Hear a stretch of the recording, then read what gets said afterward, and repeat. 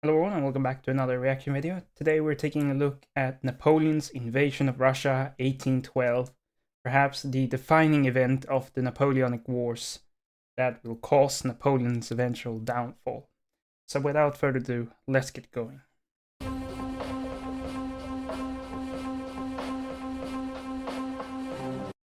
One must never ask more from fortune than she can grant. That is sage advice from Napoleon. It's unfortunate he didn't think of that before launching his invasion of Russia.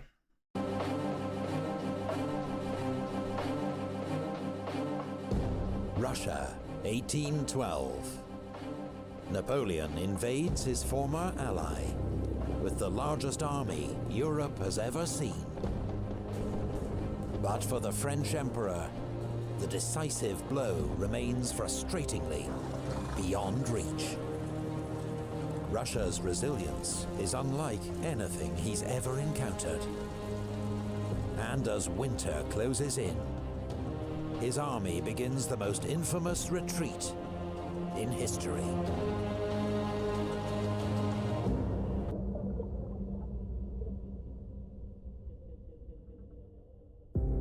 In 1807, following his defeat of the Russian army at Friedland, Napoleon had traveled to Tilsit to meet the Russian Emperor Alexander. During their celebrated encounter, the two emperors formed a friendship and made an alliance. Yes, and initially it seems like Alexander and Napoleon would get along very well indeed. They were both quite young to be rulers of such large empires, and you know, they could have split Europe between themselves, really, and dominated the other great powers together. But alas, it was not to be. But it was not to last. Over the next 5 years, relations between France and Russia cooled dramatically. The Russians were irritated by Napoleon's creation of a Duchy of Warsaw in Poland, which they regarded as meddling in their own front yard. Yes, and at this point in history, Russia has for a long time considered Poland to be a rival when the Polish-Lithuanian Commonwealth existed at the very least, and they regarded Polish territory as within Russia's sphere of influence. And that is why they had been one of the main actors behind the partition of the Polish-Lithuanian Commonwealth during the previous century. And now they were losing that influence by the Napoleon's creation of a Duchy of Warsaw, which was a French client state. Make no illusions about it. It was a French client state, and well, Russia was worried that Napoleon would eventually restore Poland to her former glory as a bulwark against Russia. Now, Napoleon would have probably never fully restored Poland. I find that sort of unlikely, but he could have created a even bigger Polish client state, perhaps. Who knows? And we will only have to speculate about that. They feared it would lead to the return of a fully fledged Polish state, a traditional thorn in Russia's side. Then there was Napoleon's offer to marry Alexander's sister, Grand Duchess Anna Pavlovna, to cement their alliance. But the Romanovs hated the idea.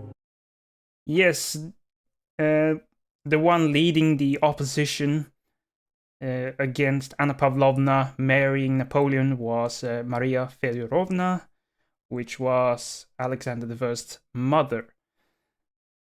But she eventually relented and left the decision up to Alexander I because she recognized that an alliance with France could be in the state's interest and that personal feelings do not triumph over the interests of Russia as a whole. But Alexander I, he was not really fond of the idea. He stalled in the marriage negotiations, giving several excuses. One of the problems with this marriage was that Anna Pavlovna was only 15 years old at the time, I believe. And I believe the Russians even claimed she hadn't had her first menstruation yet, which was bad news for Napoleon's ideas of having a successor anytime soon. They would have to wait for her to become of childbearing age, which would be 18, I would assume.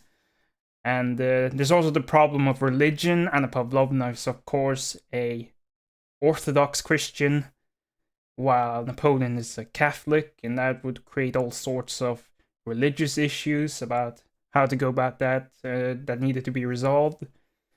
So eventually, Napoleon got tired of waiting around for the Russians to make up their mind, so he began seeking out other candidates. And by 1810, there were 3 prospective marriage matches. There was Anna Pavlovna, then there was Archduchess Marie-Louise of Austria, and a princess of Saxony. I don't recall her name right now. But eventually, Napoleon decided to overturn his whole foreign policy strategy up until this point and make a match with Austria under the same terms as Louis XVI had done with Marie Antoinette the previous century. And that created an alliance between France and Austria, an uneasy alliance to be sure, but an alliance nonetheless. And that was sort of seen as a rejection of the whole Russian alliance idea. And after a year of Russian prevarication, Napoleon married Marie-Louise, daughter of the Austrian emperor, instead. Later that year, Napoleon broke a guarantee made at Tilsit and annexed the Duchy of Oldenburg, ruled by Alexander's sister's father-in-law. Worst of all was the fallout over the continental system, Napoleon's not very effective economic blockade against Britain, designed to cripple his most steadfast enemy. Alexander had agreed to join the continental system at Tilsit, but it was hugely unpopular in Russia and ruinous to her finances during a period of economic crisis.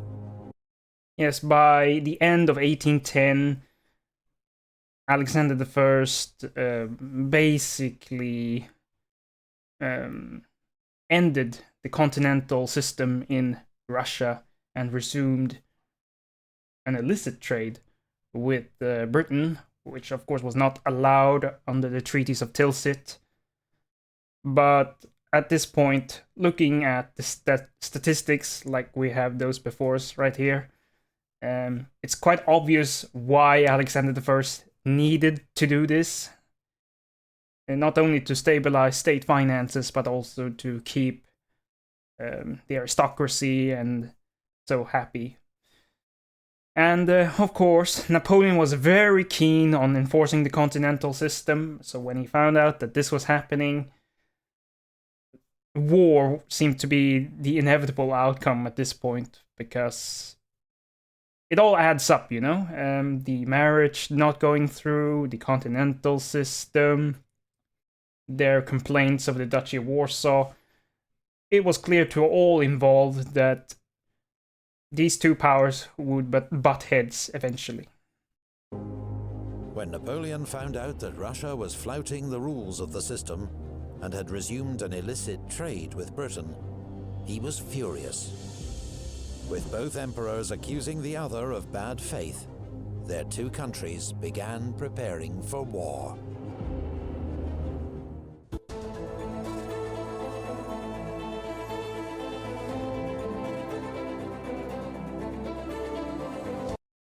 At Tilsit, Russia swore an eternal alliance with France.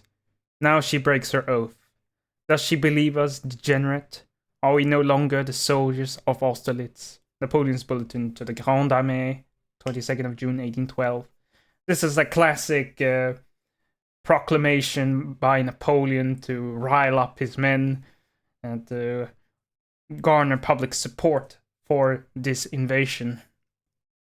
And it's a masterpiece of Napoleonic propaganda, you could say. it was very typical for Napoleon to do these sort of things.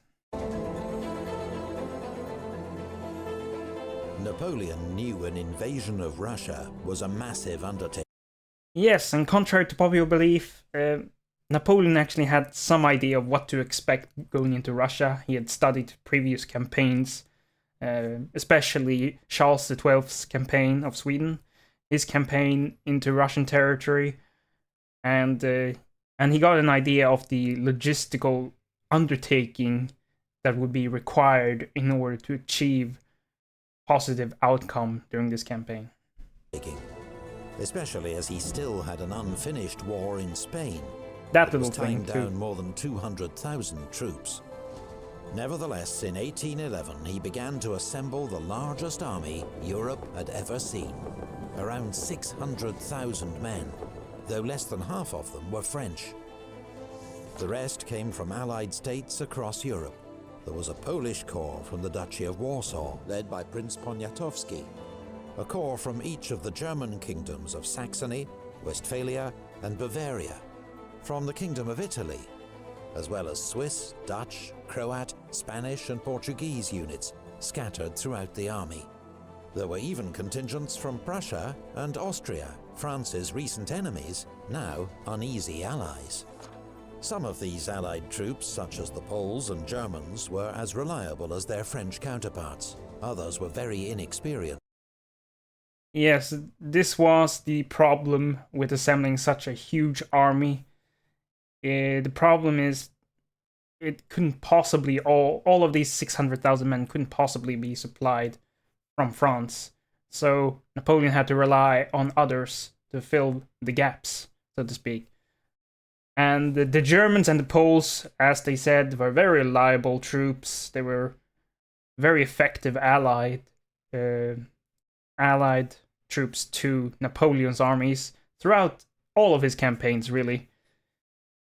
But he had to strong-arm Austria and Prussia into giving troops, and they were not very motivated to go onto this campaign in Russia.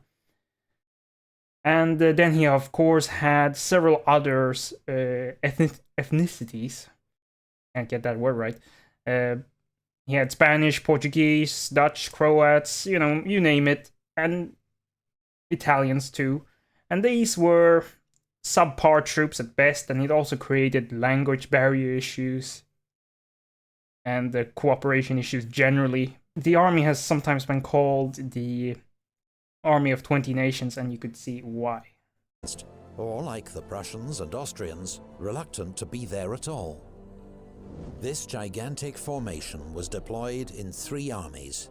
The main force under Napoleon himself, another led by his stepson, Eugene, and a third led by his younger brother, Jerome, King of Westphalia.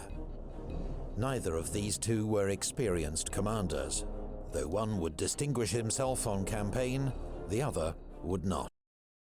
Yeah, and this is a really strange decision. This is probably the most complex operation Napoleon has ever overseen throughout his entire career. And he chooses this moment to put 2 inexperienced relatives in charge of army groups, essentially.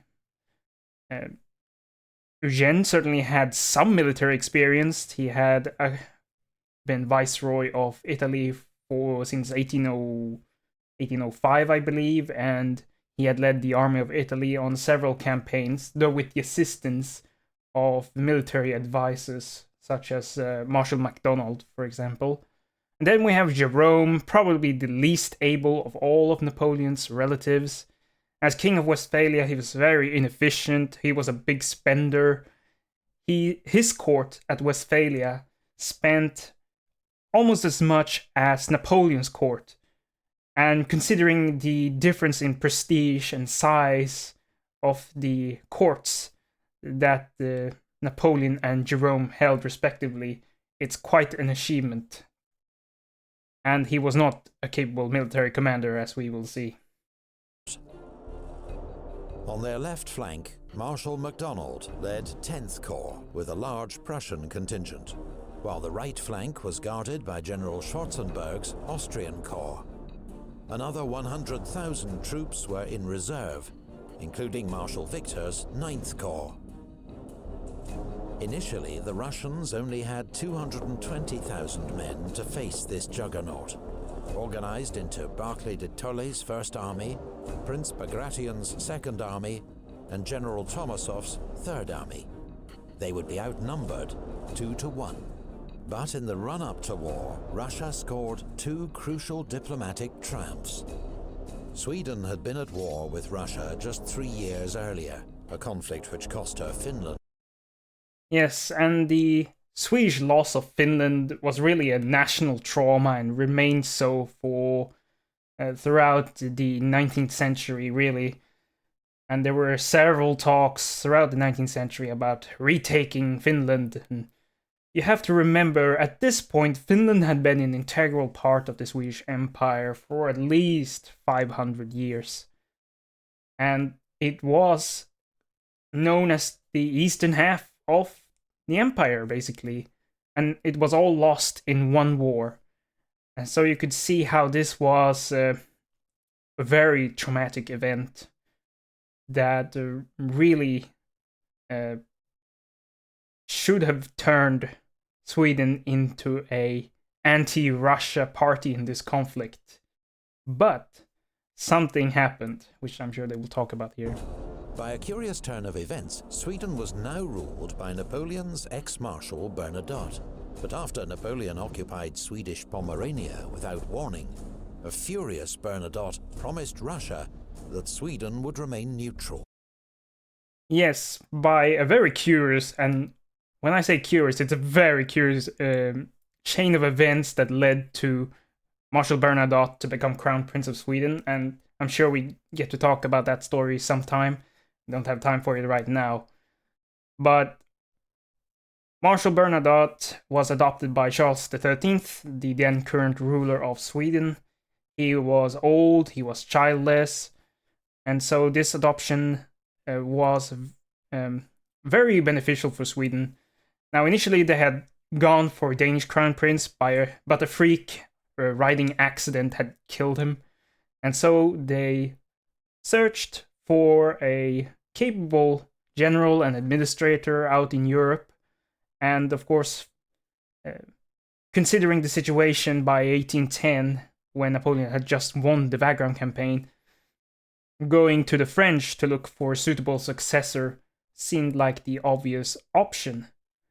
And so they found Marshal Bernadotte, he was adopted, and he immediately assumed the title of Crown Prince and began ruling in his own right, because Charles XIII was,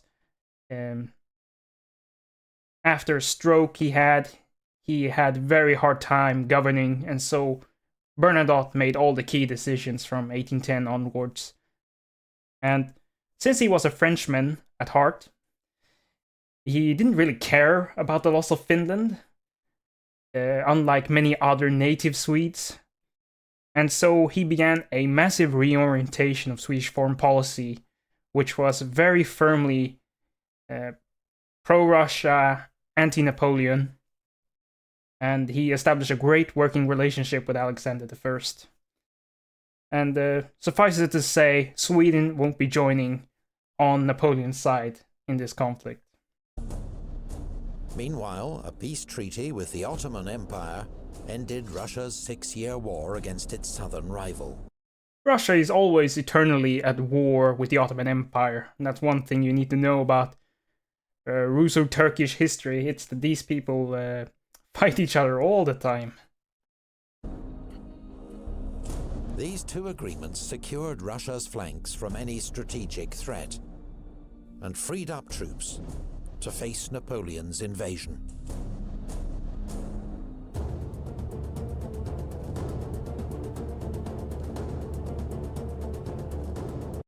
I'm about to embark on the greatest and most difficult enterprise I've ever attempted. But what has begun must be carried through. Napoleon to the prefect of police. Yes, if you're going to do this, assemble 600,000 men and all the logistical problems that need to be solved, you better carry through. at that point. There was no turning back once he had mobilized this army.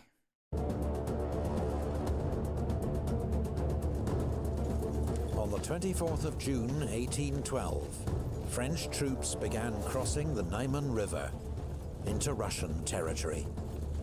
The army was so large, the crossing took 5 days. Napoleon's plan was to attack north of the impassable Pripet marshes and defeat Barclay's army, while Jerome pinned Bagration in place. French forces would then swing south to trap Bagration. Now that's a good plan in theory, but executing that proved much harder than Napoleon had anticipated. And it's interesting to see the Pripyat marshes playing a big role here again, or rather, it played a big role in the German strategy and Operation Barbarossa in 1941. But that's just a side tangent, but I just found it interesting that, geography is destiny, as they say. Napoleon expected the campaign to be over in 5 weeks. Right, 5 months. But the sheer size of the French army convinced the cautious Barclay that retreat was his only option. Prince Bagration, a much more aggressive commander by instinct, and often Barclay's fierce critic, was forced to agree. Yes, Barclay de Tolly is the one who masterminded the Russian defensive strategy for 1812, which basically was a scorched earth policy and to delay an encounter with or confrontation with the French army as long as humanly possible. And by withdrawing into the interior of Russia, they would ensure that Napoleon's army suffered supply issues and they would eventually dwindle in numbers due to disease and starvation. And all in all, it was a great tactic used by many military commanders throughout history to great effect. As they withdrew, they burned villages and crops, part of a scorched earth strategy to deny supplies to the enemy. In 4 days, Napoleon had reached Vilnius, but Barclay was gone. To the south, Jerome failed to pin down Bagration. So when Davout's First Corps swung southeast to trap him, he'd already withdrawn to safety. Napoleon's younger brother was out of his depth, stung by the Emperor's criticism, humiliated when his troops were put under Marshal Davout's command. He resigned his post and returned to Westphalia.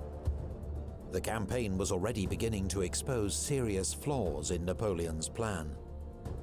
Knowing his troops would struggle to live off the land in this impoverished region, he'd organized huge supply depots and transport units to feed the army.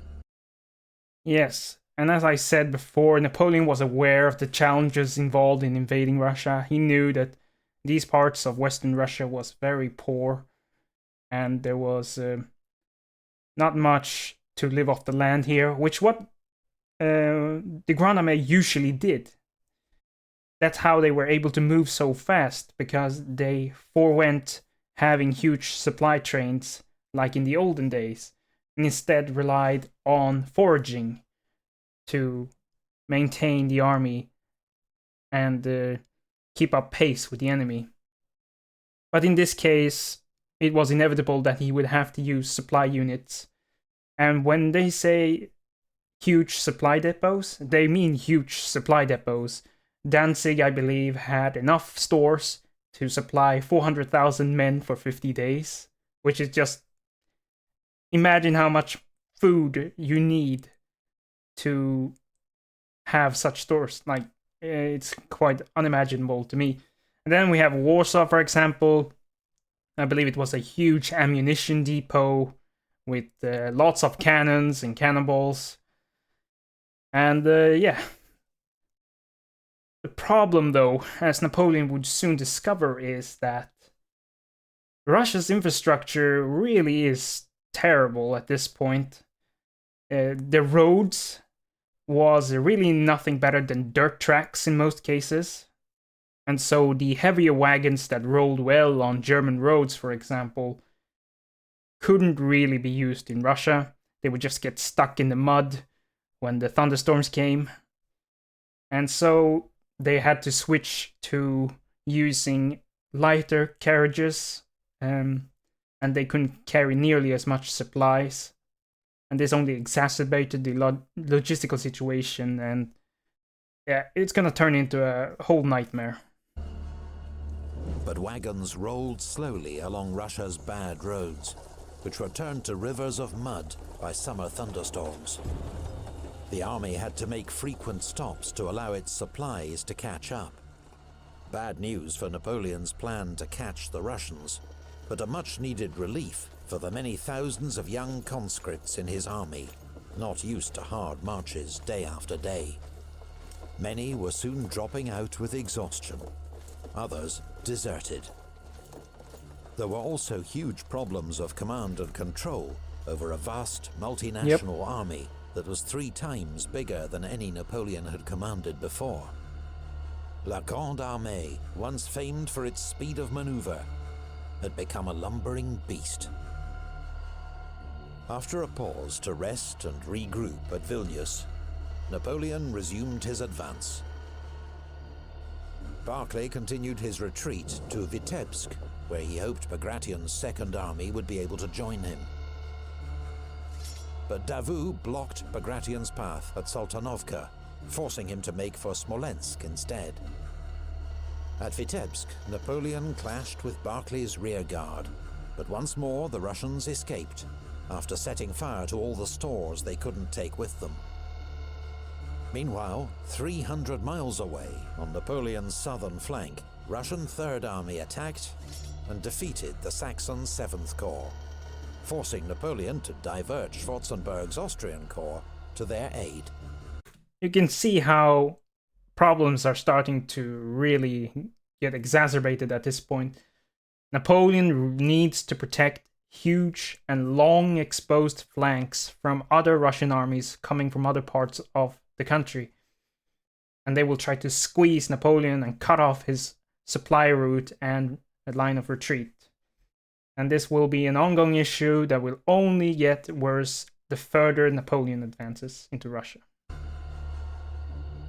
By the end of July, Napoleon had advanced 250 miles into Russia, much further than he'd planned. And the long marches in extreme summer heat continued to take a heavy toll on his men. Without fighting a major battle, the army had already suffered 20% casualties from exhaustion and illness, particularly typhus and dysentery. Yes, and also consider this: if you don't get fed, your immune system starts to weaken and leaves you even more exposed to sickness, and this sickness gets spread through various factors. They camped close to each other, everyone lived near each other, and it was not only the soldiers, there were also camp followers, wives and children, and it was a whole society on move.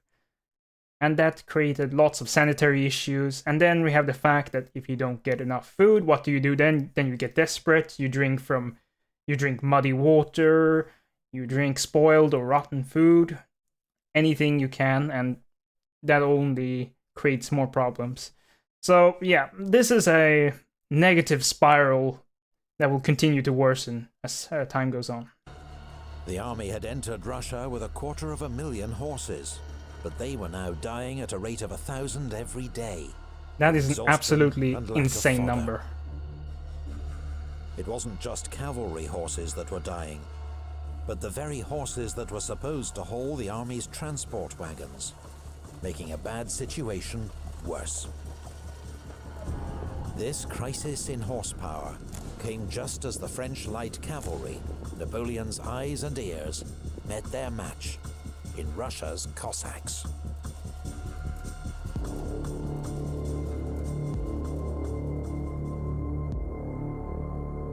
If Napoleon had Cossacks in his army, he would have been Emperor of China long ago. Cossack prisoner interviewed by Napoleon. Now that's an interesting prospect, isn't it? Napoleon, Emperor of China. But yeah, this speaks to the effectiveness of Cossack forces. You know, if Napoleon had wielded Cossacks instead, who knows? He would have certainly made great use of them. Cossacks, self-reliant, proud, ruthless, and superb horsemen, didn't play by the same rules as other European cavalry. Yes, Cossacks had, for a long time now, been an integral part of every Russian army, basically, and would continue to play a big role, well, right up until modern warfare, basically, when cavalry forces become more or less, you know, obsolete. But still, Cossacks have always, like I said, been a very important part of Russia's armies. Every day they shadowed Napoleon's army, swooping in whenever they saw an easy target, but melting away into the forests if they were attacked by a stronger force. This reminds me of guerrilla warfare in Spain, only that this is even worse. The fact that they are on horseback makes them even harder to catch, and they can surprise even more effectively than soldiers on foot could.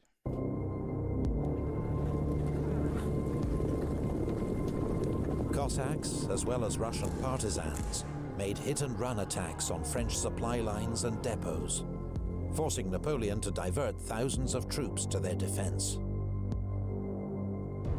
Alongside Russian regular light cavalry, they also prevented French patrols from carrying out reconnaissance, which meant that Napoleon often lacked good information about roads or the enemy's whereabouts. And information is key to warfare, even during this time and all the other times before that and all the times after that. Information is what you need in order to make effective plans and maneuvers in warfare. And Napoleon relied on his light cavalry getting that information to him so he could make the best decisions for the army. And that's what he's been able to do up until this point. But now he's met the Cossacks, and they are effectively preventing him from doing so. And considering this is Russia, where there is a severe lack of good roads, he really could have used that information. Napoleon stayed 16 days at Vitebsk, resting his troops and considering his options. Among his many mounting concerns was the security of his long, exposed flanks. But at Vitebsk, he received news that Schwarzenberg had defeated the Russians at Gorodezhna. A week later at Polotsk, a French Bavarian force fought Wittgenstein's Russian First Corps to a standstill. Napoleon's flanks were secure for now. Although his main force had been reduced to less than half its original strength, Napoleon decided to push on to Smolensk and try to force the Russians into a decisive battle for the city. Barclay was indeed under pressure to give battle from fellow commander Prince Bagration and Emperor Alexander in St. Petersburg. The army's morale and Russia's honor required it, they told him. Yes, and this makes sense when you think about it. From a military strategic sense, continuing the retreat is just fine, but a nation and the soldiers require morale, and these constant retreats are not doing anything to help with that. They are seeing their villages being burned, their civilians being hurt, their lands being ravaged by the invaders, and they are doing nothing about it. They just keep retreating. And at some point, you just gotta make a stand and try to win, basically.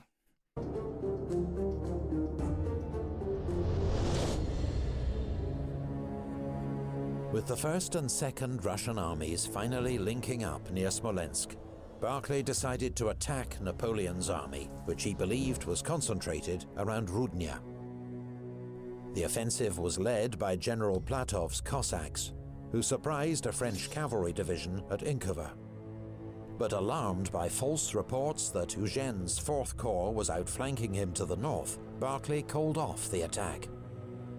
Napoleon, reassured that Barclay's offensive posed no real threat, began a grand outflanking move to the south, to take Smolensk and cut off the Russian retreat.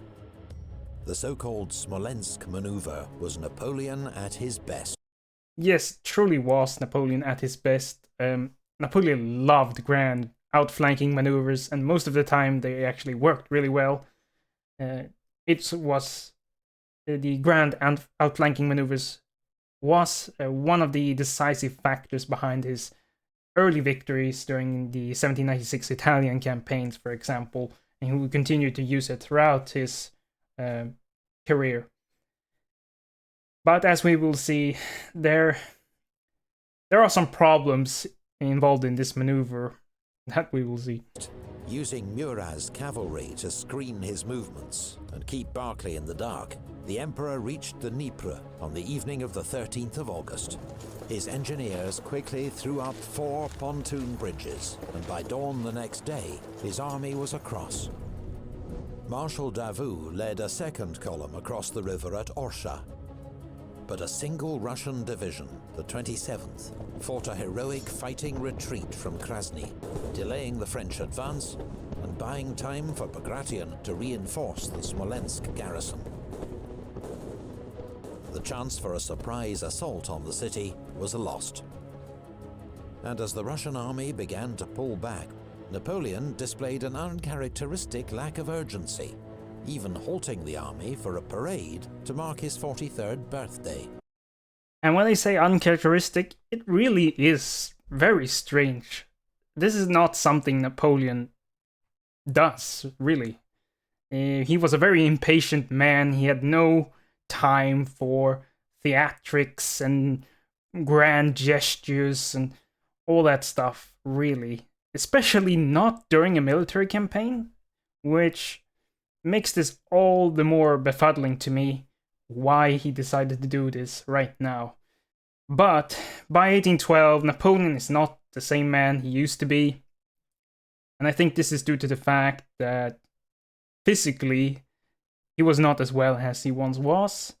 He was becoming overweight, and he was much more prone to various illnesses that plagued him. And I think all of this had an effect not only on his physical well-being, but also his mental state. And yeah, as we will see throughout the Russian campaign, there are many questionable decisions, especially during Smolensk here, that really cannot be explained with any obvious reasons. When the main attack on Smolensk began 2 days later, Napoleon opted for a frontal assault. Yeah, and this is something Napoleon wouldn't have done either in his younger days. In his younger days, he would have left a corps of observation just to keep an eye on things and keep the Russians guessing. And then he would have moved with the rest of the army to try to outflank Barclay and Bagration further down the road. But no, by 1812, and we saw this at the Wagram campaign too, he's opting for a frontal assault. And a frontal assault, I can see the merits of it in this case, because it would pin down the Russians, theoretically. But given Barclay's track record at this point, he's just likely to leave a rear guard and retreat further inland. So, yeah, a frontal assault doesn't really make sense to me at this point, and it wouldn't have to a younger Napoleon either, I believe. 150 French guns battered the city as 3 French corps attacked its medieval fortifications. The Russians resisted bravely, but Barclay, fearing encirclement, ordered another retreat. With Smolensk in flames, the Russians began to pull out. Just as the French fought their way into the city, to scenes of utter devastation. Bagration's Second Army withdrew first. As Barclay's army followed, its rear guard was caught by Ney's Third Corps at Valutino. General Junot, commanding the Westphalian 8th Corps, had orders to cut off Barclay's retreat. But having crossed the river, he did nothing, and the opportunity was lost. Yes, I've never understood General Junot's decision not to proceed with outflanking and encircling Barclay's armies. I do not understand what happened. I've tried to read up on why Juno decided to do this, but I haven't gotten a clear answer from any source. But it's clear by 1812, 1813 that Juno is in a poor mental state, given the fact that he would commit suicide later on. And maybe that had something to do with it. I'm really not sure. Maybe he got conflicting reports. Yeah, I really don't know.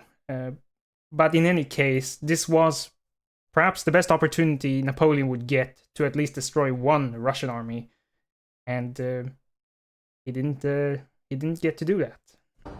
A furious Napoleon swore that Junot would never now win his marshal's baton. The Battle of Smolensk cost both sides around 10,000 casualties and destroyed one of Russia's most historic and holy cities, but settled nothing.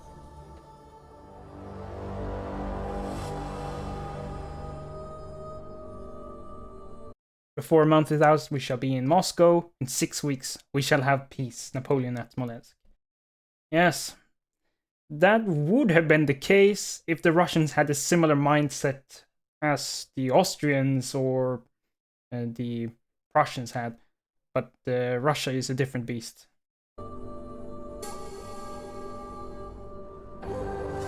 After the missed chance to defeat the Russians at Smolensk, Napoleon paused once more to consider his options. His men were weary and far from home, and it was already late in the campaigning season. He considered sitting out the Russian winter at Smolensk and resuming the campaign in 1813.